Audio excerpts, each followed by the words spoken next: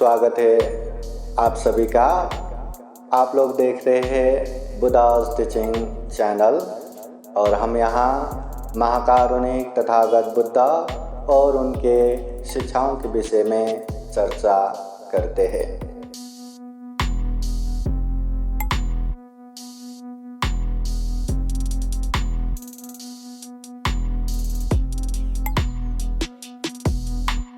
नमो तस्स भगवतो अरहतो सम्मा सम्बुद्दस्स। नमो तस्स भगवतो अरहतो सम्मा सम्बुद्दस्स।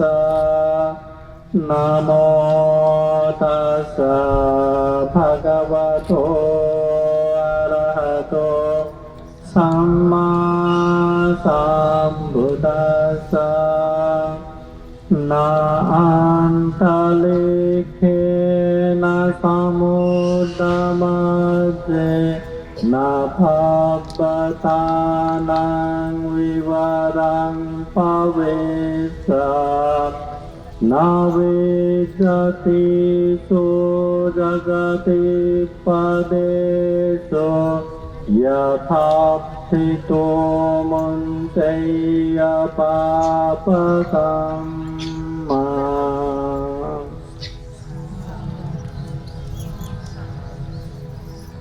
सर्वप्रथम महाकारुणिक तथागत भगवान अरहत समेत संबुद्ध को त्रिवार वंदना। महाकारुणिक तथागत बुद्ध द्वारा देशित सुआख्यात धम्म को त्रिवार वंदना। महाकारुणिक तथागत बुद्ध के सुप्रतिपन्न आर्य श्रावक संघ को त्रिवार वंदना। परम पूजनीय बोधिसत्व डॉक्टर बाबा साहब अम्बेडकर आज के 36वां अखिल भारतीय बौद्ध धम्म परिषद महाविहार बाबरी नगर डाबर में उपस्थित पूजनीय भिक्षु संघ में ज्येष्ठ श्रेष्ठ एवं 36वां अखिल भारतीय बौद्ध धम्म परिषद के सम्माननीय अध्यक्ष पूजनीय भिक्षु धम्म सेवक महाथेरो भांति जी को त्रिवार वंदना। धम्म परिषद में सक्रिय सहभागी और महाराष्ट्र प्रदेश भिक्षु महासंघ के महासचिव पूजनीय भिक्षु डॉक्टर उपस्थ महाथेरो भांति जी को वंदना। पूजनीय भिक्षु प्राचार्य डॉक्टर खेमधम्मो महाथेरो भांति जी को वंदना। साथ ही साथ सब सीनियर भांते विशेष रूप से बौद्ध देश श्रीलंका से आए हुए पूजनीय भिक्षु संघ, साथ ही साथ संपूर्ण भिक्षु संघ, श्रामणेरगण, श्रद्धा संपन्न, बुद्धि संपन्न उपासक उपासिकाएं। महाकारुणिक तथागत बुद्ध ने बुद्ध होने के बाद गांव, नगर, जनपद, देश देशांतरचारिका करते हुए ढेर सारे उपदेश दिए हैं। उन सारे उपदेश जितना हो सके उन सारे उपदेशों को आज के समय में त्रिपिटक ग्रंथ में संग्रहित किया है।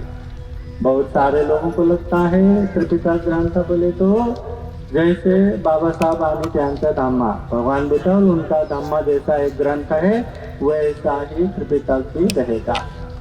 उपासक उपासिकाएं, ये जो त्रिपिटक ग्रंथ है उस तरह का 48 बड़े बड़े ग्रंथ है।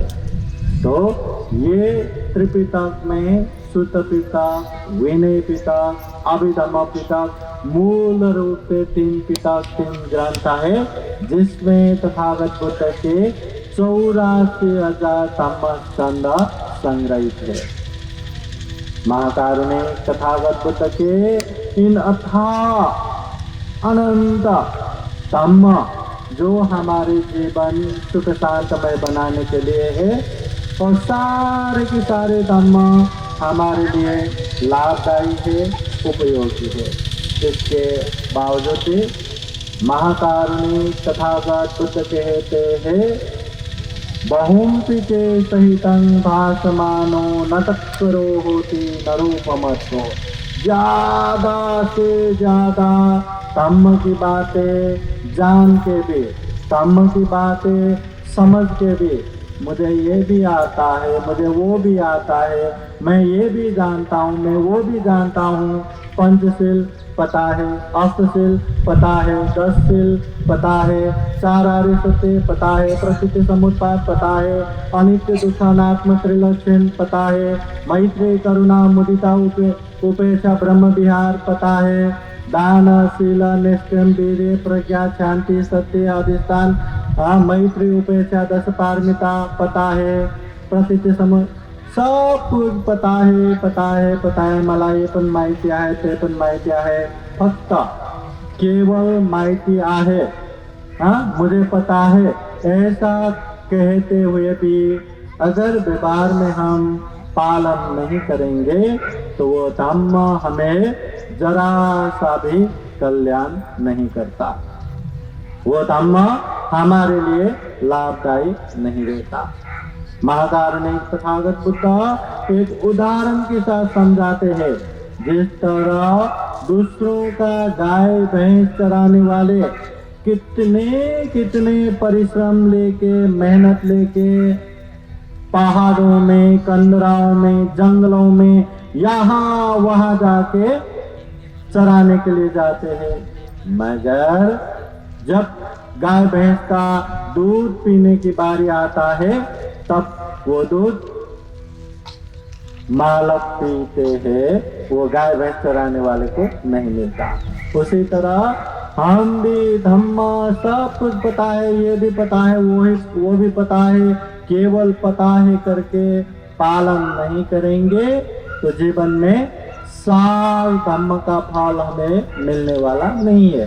तथागत बुद्ध ये जो धम्म का उपदेश देते हैं, जीवन में आने वाले अनेक तरह के विघ्न बाधा भय अंतराओं से आरक्षण करने वाले, जितने भी तकलीफें आता है, समस्या आता है, उन समस्याओं का समाधान के रूप में, जितने भी दुख आता है उन दुखों से मुक्त होने के लिए ये धम्म का उपदेश देते हैं। जो धम्म करते हैं, धम्म हमेशा हमारी कल्याण करते हैं। धम्मो हवे रक्षतीति धम्मचारी, जो धम्म को अच्छे से पालन करता है उसको धम्म हमेशा रक्षण करता है, हमेशा उसकी सुरक्षा देता है। मगर इतना अच्छा धम्म होके भी, दुख मुक्ति का मार्ग धम्म होके भी, अगर हम वो धम्म के मार्ग में चले ना या नहीं चलेंगे तो वो धम्म हमें बिल्कुल भी कल्याण नहीं करता। महाकारुणिक तथागत बुद्ध त्रिपिटक ग्रंथ के सुत्त पिटक अंतर्गत मध्यम निकाय ग्रंथ में एक सुत्त अलग दूपम सुत्त, वो सुत्त में तथागत बुद्ध कहते हैं कि धम्म नाव के समान है। नाव समान, नाव का काम क्या है? जिस तरह बड़े बड़े नदी है और वो नदी तैर के नहीं जा सकता, नदी पार करने के लिए वहां कोई उड़ान पुल नहीं है, और ऐसे समय में एक किनारे से दूसरे किनारे जाने के लिए हमें नाव साथ देता है। उसी तरह जीवन में अनेक अनेक दुख कष्टों से भर पड़ा है, अनेक दुख कष्ट है ना। जब हम साथ में बैठते हैं, सारे लोग बहुत आराम से सुख पूर्वक रहते हैं, चेहरे देखते हैं तो मुस्कान से भर पड़ा है। पर ये देख के हम ये कह सकते हैं क्या उन लोगों के जीवन में दुख कष्ट नहीं है? कह सकते हैं? अरे दूसरों की तो क्या बात करना, हम देखो बनते हैं, भिक्षु है, हम धम्म गुरु है, भिक्षु है, और इसके बाद भी भिक्षु हो के भी बहुत साल हो गए, महाथेरो हो गए, बुद्धिज्म में PhD करके डॉक्टरेट पाली, ये डॉक्टरेट भी मिल गया। इन सब के बावजूद भी लोगों को अच्छे से धम्म की बातें भी समझाता हूँ, बताता हूँ। और ये चेहरा देख के आप लोगों को लगता है क्या मेरे जीवन में दुख रहेगा, कष्ट रहेगा, तकलीफ रहेगा? पर ये भी तो सच नहीं है ना कि दुख और कष्ट तो चाहे उपासक रहे, चाहे उपासिका रहे, चाहे भिक्षु रहे, चाहे भिक्षुनी रहे, जब तक हम मार्ग फल में प्रतिष्ठित नहीं होता, और मार्ग फल में भी जब तक हम दुख मुक्त निर्वाण नहीं पहुंचते, तब तक तो हमें अनेक अनेक दुख कष्ट से भर पड़ा है। अभी उपासक उपासिकाएं धम्म देशना हो रहा है, ये उपासक कौन है? जो सामने ही मोबाइल पे बात कर रहे हैं। देखो सबका अपना अपना है। मैं ये उपासक को इंगित इसलिए भी कर रहा हूँ कि आज ये परिसर में बौद्ध देश श्रीलंका से उपासक पूजने भिक्षु संघ आए हैं। और आप लोग यकीन मानिए, ये जो बाहर से आए एक एक बनते है ना, वहाँ के ऐसे बाबरी नगर महाविहार जैसे बड़े बड़े विहार संभाल के बैठते हैं, और वहाँ एक एक बनते पूरा जिला तालुका सब संभाल के उन लोगों के जीवन में आने वाले हर तकलीफ, हर समस्या या घर के सुख दुख हर चीज में साथ देते हैं, बुद्ध का उपदेश देते हैं, है ना बनते जी श्रीलंका में। और वो बनते लोग ये जो जैसा हो रहा है उसी को उदाहरण दे के उपदेश देते हैं। अभी हम धम्म देशना चल रहे, धम्म देशना में इतना श्रद्धा गौरव पूर्वक ध्यान से धम्म देशना सुनना चाहिए, और ऐसे में हम ये वो करेंगे तो क्या लेके जाएंगे? यहाँ के लोग, आप लोगों को पता है कि नहीं? वैसे मुझे बोलना तो नहीं चाहिए, पर आप लोगों को पता होना चाहिए, यहाँ के उपासक उपासिका बोले तो बाहर के लोग हैं ऐसे वैसे ही है, ऐसा समझते हैं। चाहे थाईलैंड हो, श्रीलंका हो, म्यांमार हो, यहाँ के लोग कुछ भी करते हैं ऐसा वैसा समझते हैं। अगर हम अपना संस्कृति या अपना ये अनुशासन अच्छे से नहीं दिखाएंगे तो लेके जाने वाले भी वही लेके जाएंगे। सुनते तो वही से आए हैं, वही सुनते आए हैं, और देखने वाले को भी वैसा लगेगा तो हाँ अच्छा है, अच्छा है ना, वही लेके जाएगा। मगर हम अच्छे से अनुशासन दिखाएंगे तो देखिए 22 बनते लोग, एक 22 बनते लोग ये भी न समझे कि एक ही बिहार से आए हैं, अनेक अनेक बिहार, एक एक बिहार के हेड रहते हैं, बड़े बड़े बिहार के। तो इतने सारे जगह पे हम जब गए थे 2023 के जनवरी में, महाविहार के धम्म परिसर में गए थे, वहाँ इतने अनुशासन में, भले ही कम लोग रहे, खूब अनुशासन में रह रहे थे, तो वो लेके जाएगा, फिर वहाँ प्रचार होगा, और यहाँ आने वाले भी बहुत सारे रहेंगे, आते रहेंगे, और अच्छा नहीं बोलेंगे तो नहीं आएंगे। इसलिए हमें चाहे धम्म देशना हो, चाहे बुद्ध वंदना हो, चाहे परित्राण हो, चाहे कोई भी धम्म कार्य हो, शांति से आराम से रहना चाहिए। अपनी वजह से दूसरों का कोई भी हानि नुकसानी नहीं होना चाहिए। कोई उपासक हमें पूछते हैं, पंत जी जिंदगी से परेशान हो गया, हमेशा मोबाइल चलाते रहो या टीवी देखते रहो, दोस्तों के साथ घूमते रहो, ये वो से परेशान हो गया, अभी क्या करूं मैं? मुझे शांति चाहिए, मुझे मन की शांति चाहिए, मैं क्या करूं? तो कोई भी ऐसा पूछते ही हम पहली शब्द में क्या बोलते हैं? अगर मन की शांति चाहिए तो मन को संयमित करना सीखो, मन को समझना सीखो, उसके लिए ध्यान साधना करो। ध्यान साधना 10-10 मिनट का आनापाना ध्यान भी कर सकते हैं। और उसके अलावा अगर कहीं भी आप लोगों को जाना है तो 10 दिन आराम से सेंटर में रह के फ्री ऑफ कॉस्ट, हाँ, बिना पैसे आप लोग आराम से बैठ के ध्यान कर सकते हैं। हम ये बोलते हैं, ये हुआ ध्यान साधना। हाँ, उसके बावजूद भी जीवन में सुख शांति चाहिए तो अपने शरीर, वाणी, मन पर भी थोड़ा सा संयम चाहिए, तब जाके सही मायने में सुख शांति आएगा। अभी विशेषतः ये शरीर से संयमित बोले तो शरीर से मतलब बल शक्ति है करके कुछ भी करके नहीं बैठना, अकुशल नहीं करना, अनैतिक नहीं करना।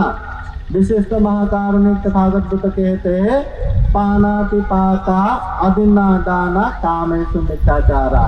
हिंसा नहीं करना, चोरी, हिंसा नहीं करना, किसी को दुख नहीं देना। दूसरा, चोरी नहीं करना, बिना पूछे कुछ भी उठा के नहीं लेना। तीसरा, काम मिथ्याचार, व्यभिचार नहीं करना, हाँ, दारू नशा पता सेवन नहीं करना। ये 3 चीज। तो वाणी को संयमित क्या करना, वाणी से अनाप शनाप गलत बातें नहीं बोलना, वाणी को मृदु कोमल और अच्छे बातें बोलना। विशेषतः महाकारुणिक तथागत बुद्ध कहते हैं, वाणी से 4 पाप मत करो, मुसावादा असत्य बात मत करो, पिसून वाचा चुगली मत करो, परुष वाचा करा अपशब्द मत बोलो, संपप्प लाप वाचा निंदा चर्चा मत करो। ये वाणी से करने वाला पाप है। जब भी हम बातें करते हैं ना, 2-4 लोग मिलके जब बातें करना शुरू करते हैं, गप्पे लगाते हैं, तो न चाहते हुए भी वहां असत्य झूठ बातें बोलते हैं, या अपने बारे में या अपनों के बारे में या कुछ भी बड़ा चढ़ा के झूठ बातें बोलना शुरू कर देता है। तो ये तो झूठ हो गया, झूठ बोलते ही अकुशल हो गया, वाणी से करने वाला अकुशल हो गया, अकुशल करते ही पाप हो गया। और जब पाप करते हैं, याद रखना उपासक उपासिकाएं, ये बुद्धवाणी है, न अंत लिखे न समुद्र मध्य न पप्पदान विवरण पविसा। अगर कोई पाप करता है और वो पाप से भयभीत होके, अरे मैंने पाप किया, अब मैं क्या करूं करके वो भागना चाहे तो भागने की जगह कहीं कहीं भी नहीं है। चाहे आकाश में छुपे रहो, चाहे पानी के नीचे छुपे रहो, चाहे जमीन में, पहाड़ों में, कंदराओं में, गुफाओं में, जंगलों में, कहीं भी छुपे रहो, पाप से बचने की जगह कहीं कहीं भी नहीं है। इसलिए ऐसे पाप नहीं करना। हाँ, तो बात करते समय भी हमेशा याद रखना, किसी का ज्यादा बोलने की आदत रहता है, बोलते बोलते बोलते क्या वो हमेशा अच्छे बातें बोलेंगे क्या, धम्म की बातें बोलेंगे क्या? जैसे जैसे बोलते जाएंगे वो झूठ भी बोलना शुरू कर देता है, दूसरों का निंदा चर्चा भी करना शुरू कर देता है, किसी का चुगली भी करना शुरू कर देता है, किसी को गाली, हाँ, या अनाप शनाप भी बोलना शुरू कर देता है। ये वाणी से करने वाला पाप है। ये पाप हमें नहीं करना। हाँ, जीवन में सुख शांति चाहिए तो वाणी को संयमित करना ही है। जो व्यक्ति का वाणी संयमित नहीं रहता, उसका कोई भी अपना या कोई भी मित्र या अच्छे मित्र नहीं रहेगा। अपने लोग रहेंगे, सही मायने में अपने लोग नहीं रहेगा, मित्र रहेंगे, सही मायने में मित्र नहीं रहेगा। हाँ, उसी तरह महाकारुणिक तथागत बुद्ध कहते हैं, मन को भी संयमित करना है। लोगों को लगता है मन तो दिखता ही नहीं, तो मन को क्यों संयमित करे? हाँ, शरीर से, वाणी से संयमित हुआ तो हो गया ना। मगर महाकारुणिक तथागत बुद्ध कहते हैं, ये वाणी से जो भी निकलता है या शरीर से जो भी प्रकट होता है, चाहे अच्छा हो या बुरा हो, पाप हो या धम्म हो, कुशल हो या अकुशल हो, उचित हो या अनुचित हो, वो सारे के सारे मूल जो जड़ है मन है। मन में जब अकुशल भरा रहता है, मन में पाप भरा रहता है, आप न चाहते हुए भी वाणी से पाप बोलेंगे, न चाहते हुए भी शरीर से पाप करेंगे।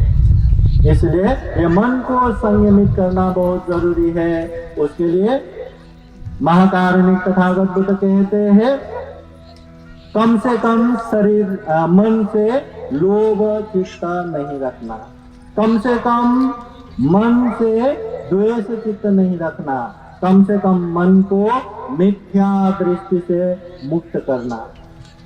अनेक अनेक लोभ चित्त रख के नहीं बैठना। जो व्यक्ति लोभ करता है, लोभ की वजह से वो कुछ भी पाप करता है।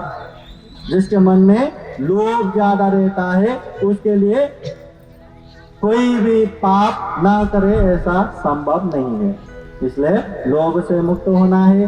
द्वेष, ये द्वेष दूसरों के बुराई देख के हमेशा उसने मुझे ये किया था, उसने मुझे वो किया था, ये द्वेष चित्त की वजह से वो हमेशा गलत बोलने के लिए, गलत करने के लिए तैयार होता है। इसलिए द्वेष चित्त भी बहुत भयानक है। ये द्वेष चित्त को भी खत्म करना है। उसके लिए मैत्री भावना करते रहना है। विशेषतः जितने भी लोग हैं, चाहे वो अच्छा करे या बुरा करे, तीन ही माध्यम से करते हैं या तीन माध्यम से ही कर सकते हैं, या तो शरीर से, या तो वाणी से, या तो मन से। तो महाकारुणिक तथागत बुद्ध कहते हैं, दूसरों के प्रति मैत्री भावना रखने के लिए दूसरों के अच्छी बातें याद करके उनके प्रति सुखी हो, मंगल हो, कल्याण हो, ऐसे कामना करते हैं। हाँ, मगर इस दुनिया में हर किसी का हर चीज अच्छा हो ये जरूरी नहीं है। तो ऐसे में हम मैत्री कैसे स्थापित करें? तो तथागत बुद्ध कहते हैं, अगर कोई व्यक्ति के वाणी बहुत अच्छा है मगर शरीर से भी अच्छा नहीं करता, मन से भी अच्छा नहीं सोचता, तो अच्छे वाणी को याद करके उसका मंगल हो, कल्याण हो, ऐसे मैत्री भावना करना, बाकी में उपेक्षा भाव रखना। किसी का शारीरिक कर्म बहुत अच्छा है, शरीर से अच्छा करता है, मगर वाणी भी अच्छा नहीं, मन से भी अच्छा नहीं सोचता, तो अच्छा शरीर का काम याद करके उसको मंगल हो, कल्याण हो, मैत्री भावना करना। जो गलत है उसमें उपेक्षा रखना। और कोई तो शरीर से भी अच्छा नहीं करता, वाणी से भी अच्छा नहीं सोचता, मगर मन बहुत अच्छा है, मन में पाप नहीं है, तो वो मन अच्छा है ये याद करके उसके प्रति मैत्री करुणा रखना। बाकी जो अच्छा नहीं उसमें उपेक्षा भाव रखना। और कभी कभी तो ऐसा भी होता है, ऐसे लोग भी मिलता है जो अच्छा भी नहीं बोलता, अच्छा भी नहीं सोचता और अच्छा भी नहीं करता। ऐसे समय में कैसे मैत्री रखे? तथागत बुद्ध कहते हैं, अरे वो अज्ञानी है, वो मूर्ख है, वो उसको पता नहीं वो खुद के लिए क्या कर्म कर रहे हैं। हाँ, तो ये अज्ञानी है, चलो इसका भी कल्याण हो, मंगल हो करके उसके प्रति भी मैत्री करना चाहिए। जो व्यक्ति दूसरों के प्रति मैत्री करुणा रखते हैं उसके मन में द्वेष चित्त नहीं रहता। इसलिए द्वेष चित्त को हटाने के लिए यह मैत्री भावना करना चाहिए और मिथ्या दृष्टि से मुक्त होना चाहिए। हाँ, ये मिथ्या दृष्टि बहुत भयानक है। अच्छे को बुरे, बुरे को अच्छा, पाप को धम्म, धम्म को पाप समझना, मतलब गलत धारणा।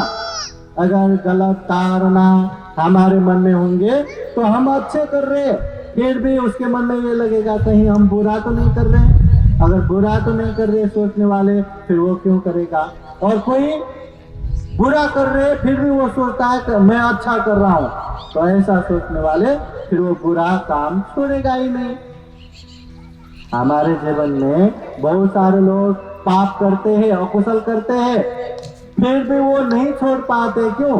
क्योंकि वही पाप में उसको पैसा आ रहा है, या उसको धन संपत्ति आ रहा है, या परिवार के लिए अच्छा हो रहा है, या अपना स्वार्थ सिद्ध हो रहा है, इसलिए वो नहीं छोड़ पाते। इसलिए पाप को पाप, धम्म को धम्म समझना बहुत जरूरी है। भले ही हम पाप कर रहे हैं पर समझ तो जाओ कि हम पाप कर रहे हैं। जो व्यक्ति पाप करके मैं पाप कर रहा हूँ ये समझेंगे, वो आज नहीं तो कल वो पाप से दूर हो पाएंगे। मगर पाप करके भी नहीं मैं पाप नहीं कर रहा हूँ, ये तो अच्छा ही है, इससे तो मेरा कल्याण हो रहा है, मेरे परिवार का कल्याण हो रहा है, मेरे अपनों का कल्याण हो रहा है, ये तो अच्छा ही है। पाप को धम्म करके उसको अनेक अनेक तर्क वितर्क देने वाले ऐसे लोग वो पाप को छोड़ भी नहीं पाते। इसलिए जीवन में सुख शांति चाहिए तो शरीर, वाणी, मन को भी संयमित रखना है, शुद्ध करना है। हमेशा याद करना है कहीं मैं वाणी से गलत तो नहीं बोल रहा हूँ, कहीं मैं शरीर से गलत तो नहीं कर रहा हूँ, कहीं मैं मन से गलत तो नहीं सोच रहा हूँ। अगर सोच रहे तो कर रहे तो पाप हो रहा है तो हाँ हो रहा है, ये समझो और धीरे धीरे उससे दूर रहो।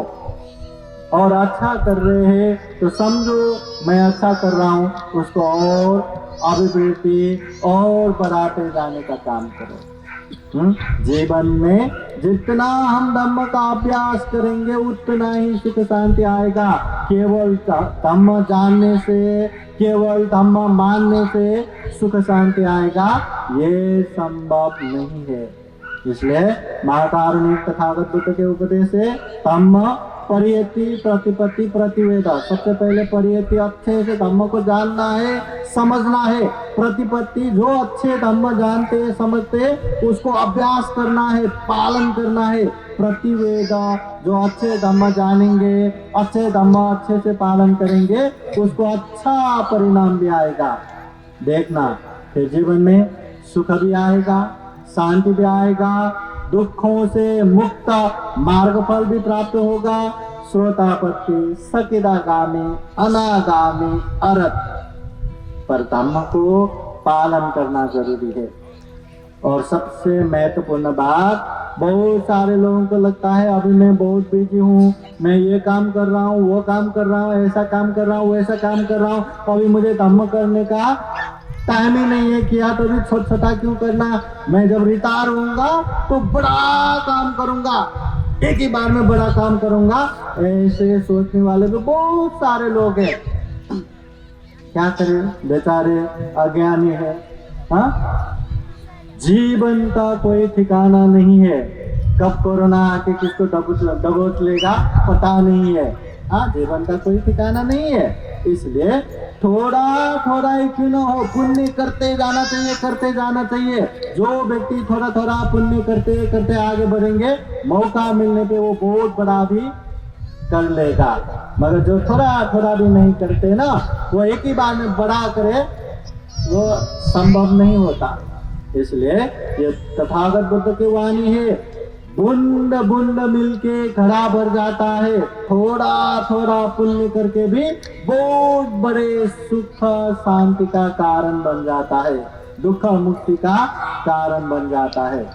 इसलिए उपासक उपासिकाएं, जीवन में सुख शांति चाहिए तो हमें अच्छे बुरे पाप धम्म का पहचान होना चाहिए।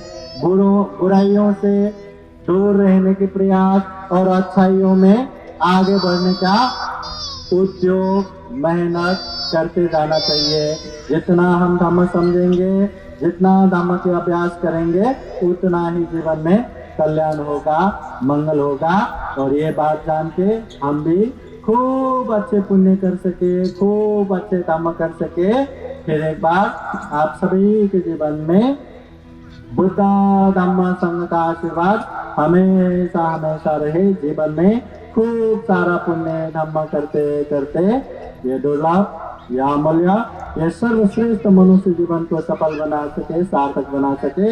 अंत में जन्म जरा व्याधि मरण से मुक्त निर्वाण तक प्राप्त कर सके, ऐसी कामना करते हुए विशेषतः इतने बड़े भंते जी के सामने हमें ये धम्म देशना देने का मौका दिया, पूजनीय भिक्षु संघ के प्रति भी कृतज्ञता व्यक्त करते हुए ये धम्म देशना यही समापन करते हैं।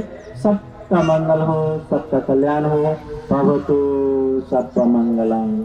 साधु साधु साधु साधु साधु साधु।